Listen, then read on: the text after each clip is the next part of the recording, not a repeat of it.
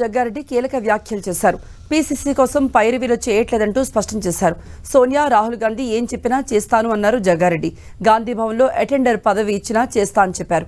10 ఏళ్లలో పీసీసీ అవుతానని, అవకాశం వస్తే ముఖ్యమంత్రి కూడా అవుతా అని చెప్పారు. జగ్గారెడ్డిగా నేను చాలా క్లియర్గా ఉన్నా. సోనియా గాంధీ, రాహుల్ గాంధీ గారు ఏది చెప్తే దాన్ని నేను ఫాలో అవుతా. నేను హైదరాబాద్లో ఉన్నా కదా, ఢిల్లీ పోలే కదా. నేను హైదరాబాద్లో ఉన్నా, ఈరోజు మీ మధ్యలోనే ఉన్నా. కాకపోతే నేను సోనియా గాంధీ, రాహుల్ గాంధీ గారు వాళ్ళు తీసుకునే నిర్ణయం కరెక్ట్గానే ఉంటుంది. అది దాన్నే జగ్గారెడ్డి ఫాలో అవుతాడు. పీసీసీ వాళ్ళు ఎవరిని ఇచ్చినా, గతంలో రేవంత్ రెడ్డి గారిని పీసీసీ ఇచ్చారు. ఇయ్యంగానే రేవంత్ రెడ్డి ఫాలో కాలేమో. ఇప్పుడు ఎవరిని ఇచ్చినా అదే ఫాలో అవుతుంది. నేను హైదరాబాద్లోనే ఉన్నా, నేనైతే పైరవి చేస్తలేదు. మీకు క్లారిటీ ఉంది కదా. ఇదైతే నేను అభిప్రాయాలు చెప్పే ప్రోటోకాల్లో నేను లేను. ఒకటి, ఎవరైనా బాగానే ఉంటుంది. ఎవరైనా ఆ కుర్చీ నడిపిస్తుంది. పీసీసీ కుర్చీ ఆటోమేటిక్ నడిపిస్తుంది. అదేమి ఇబ్బంది ఉండదు. నేనేం చెప్తుంది తెలుసా, గాంధీ భవన్లో అటెండర్ పోస్ట్ ఇచ్చినా చేస్తాను నేను. అది పెట్టుకోండి, అర్థమైందా? ఇది సీరియస్, నేనేమి మీకు జోక్ చేస్తలేదు. సోనియా గాంధీ, రాహుల్ గాంధీ గారు, జగ్గారెడ్డి ఒక 2 ఏళ్ళు గాంధీ భవన్ అటెండర్గా డ్యూటీ చేయాలంటే కూడా చేస్తాను. 10 ఇంకుంది కదా నాకు. నా వయసు 58.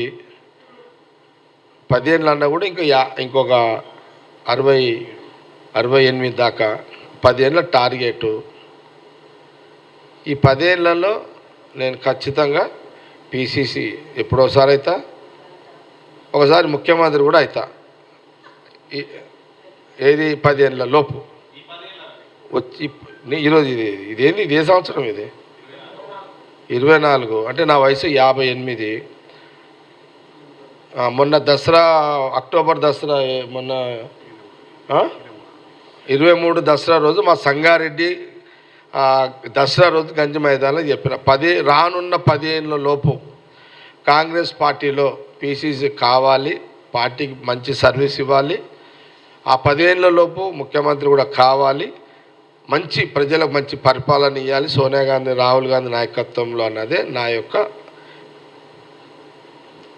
యొక్క ఏమంటుందని నా ఆలోచన.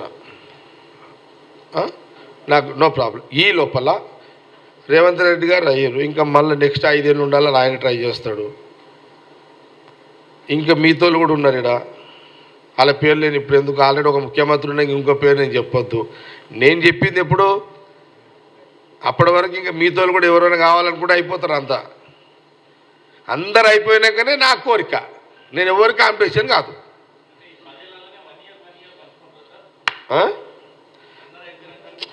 ఏక మరీ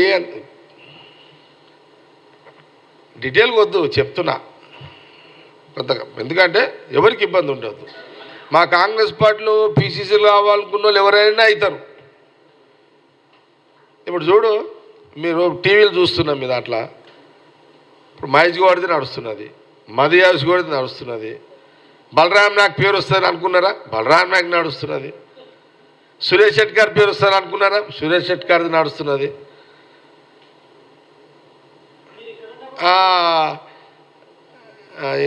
ఇంకెవరు,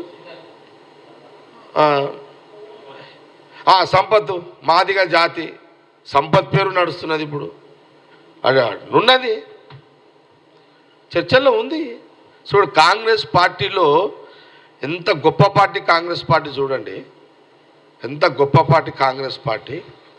ఒక ఎన్ఐసిఓ యూత్ కాంగ్రెస్ వచ్చిన మహేష్ గౌడ్ జాతీయ పార్టీలో పీసీసీ రేస్లో ఆల్రెడీ ఇప్పుడు ఆ మీటింగ్లో ఉన్నాడు. కేసీ వేణుగోపాల్ గారి మీటింగ్లో చర్చలు ఉన్నారు. వీళ్ళంతా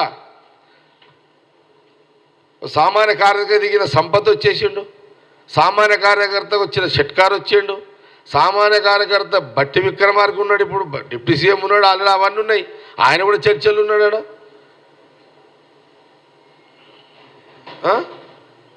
ఇంకెవరు, మదియాసి గౌడ్ గారు, ఆయన ఒక అట్లా. నేను ఏమంటున్నంటే, కాంగ్రెస్ పార్టీ ఇంత గొప్ప పార్టీ, ఇలాంటి చర్చ ఈ దేశ రాజకీయాల్లో ఇలాంటి అవకాశాలు ఎస్సీ, ఎస్టీ, బీసీ మైనార్టీలో కూడా ఏమైనా క్లెయిమ్ చేస్తే వాళ్ళకు కూడా అక్కడ చర్చలు ఉంటారు, ముస్లిమ్స్ కూడా. చూడండి, ఇంత గొప్ప పార్టీలో ఇంతమంది పీసీసీలు దాదాపు 10 మంది చర్చ జరుగుతుంది. ఈరోజు ఎలక్ట్రానిక్ మీడియా, ప్రింట్ మీడియా, ఈరోజు చూడండి వార్తల మీద వార్తలు, బ్రేకింగ్ల మీద బ్రేకింగ్లు. సామాన్య కార్యకర్త నుంచి వచ్చిన నాయకులుగా ఎదిగి పీసీసీ రోజులో ఉండడం అంటే మామూలు మాట కాదు. ఇప్పుడు బీజేపీ ఉంది, బీజేపీలో ఇలాంటి స్వతంత్రం ఉంటుందా? ఎవడైనా క్లెయిమ్ చేస్తాడో పేరు వస్తుంది అనుకన్నా, నాకు ఈ మనసులో ఈ కోరిక ఉంది అని ఎవరైనా బీజేపీలో నేను ప్రెసిడెంట్ అని చెప్పుకోగలుగుతాడా? బీజేపీ పార్టీలో బీఆర్ఎస్లో అది అసలుగా బీఆర్ఎస్లో ఉండదు. ఎందుకంటే అదే ఆయనే రాజు, ఆయనే మంత్రిడా.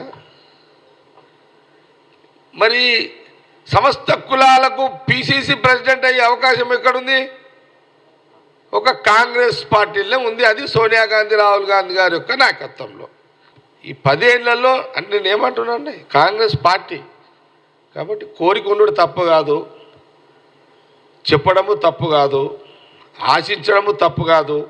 నాకు నేను ఒక విజన్ మీద ఉన్నా.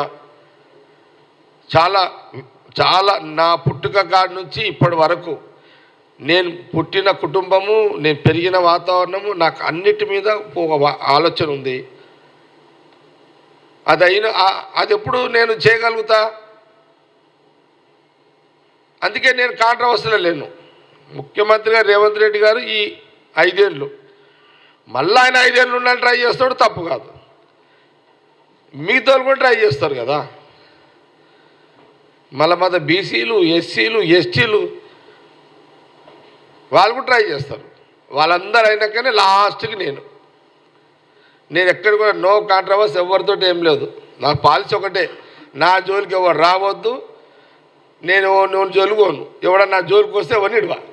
వేరే పార్టీ ఎమ్మెల్యేల చేరికకు సంబంధించి నా పరిధిలోది కాదు. అది ముఖ్యమంత్రిగా రేవంత్ రెడ్డి గారి పరిధిలోని అంశం. రాజకీయంగా వారి ఆలోచనలు ఏముంటాయో దాన్ని బట్టే, వారి యొక్క వ్యూహాలను బట్టే అది నడుస్తుంటుంది.